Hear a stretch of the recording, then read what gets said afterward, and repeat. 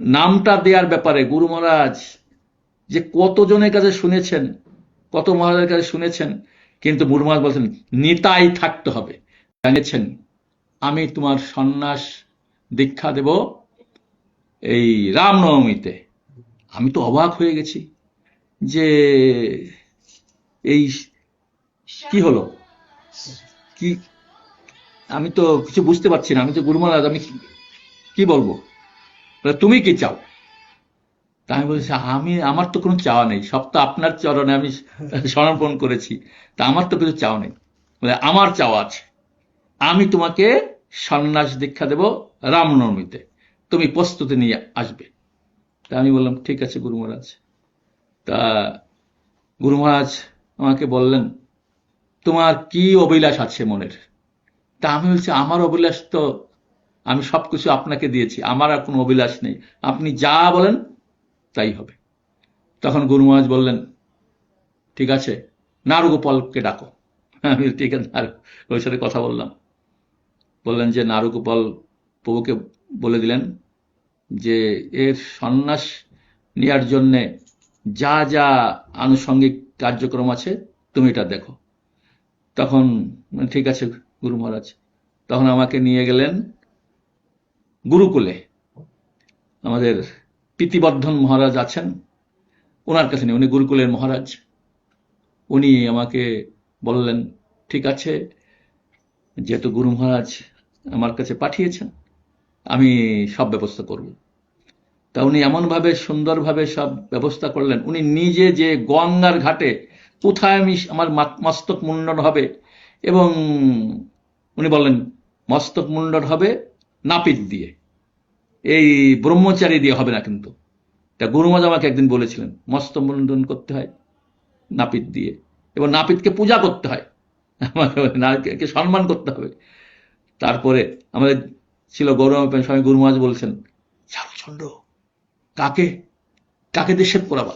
তার মানে না, গুরু মহারাজ হয়ে গেছে, সে অলরেডি অলরেডি সিলেক্ট হয়ে গেছে একজন নাপিতকে দিয়েই আমরা করাবো। নাপিতকে কিন্তু ভালো একটা ডোনেশন দিতে হয়, কাপড় দিতে হয়। কেউ অনেকে ফাঁকি দেয়, আমার মহারাজ বলছেন তুমি ফাঁকি দেবে না। আমি না না, সব ঠিক আছে। তখন আম,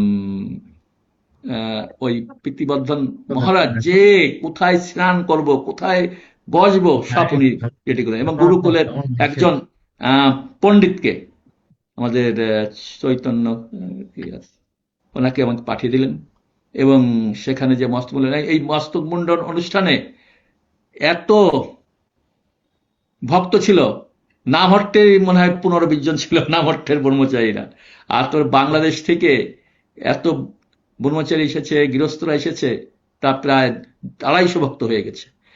এখন মহারাজ বলছিলেন আবার সাগর মহারাজ দেখে চলে গেছেন ওখানে, যে রাশিয়ান মহারাজ সাগর মহারাজ, উনি যে আমাকে তিলক দিয়ে দিচ্ছেন, বিভিন্ন রকম কাজ করছেন।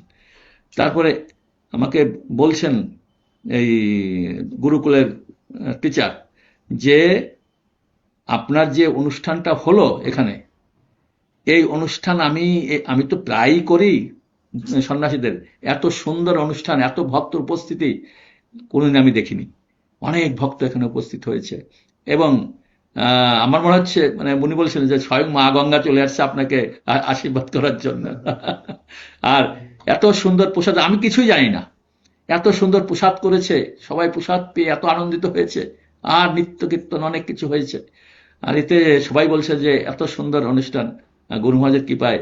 গুরু মহারাজ বলছেন আমি শুনলাম ওখানে খুব ধুমধামে অনুষ্ঠান হয়েছে গঙ্গার ঘাটে। আমি সবকিছু গুরু মহারাজ আপনার কৃপায় হয়েছে। বলে হ্যাঁ, গুরু মহারাজ খুব খুশি। পরে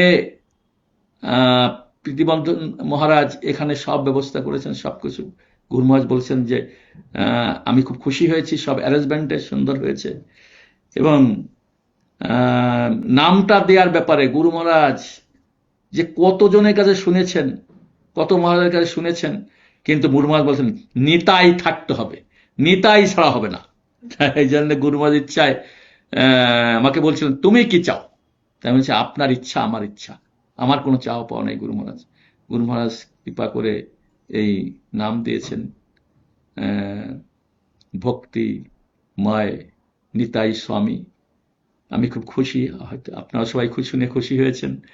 তা গুরু মহারাজের কৃপায় আমি আছি, কারণ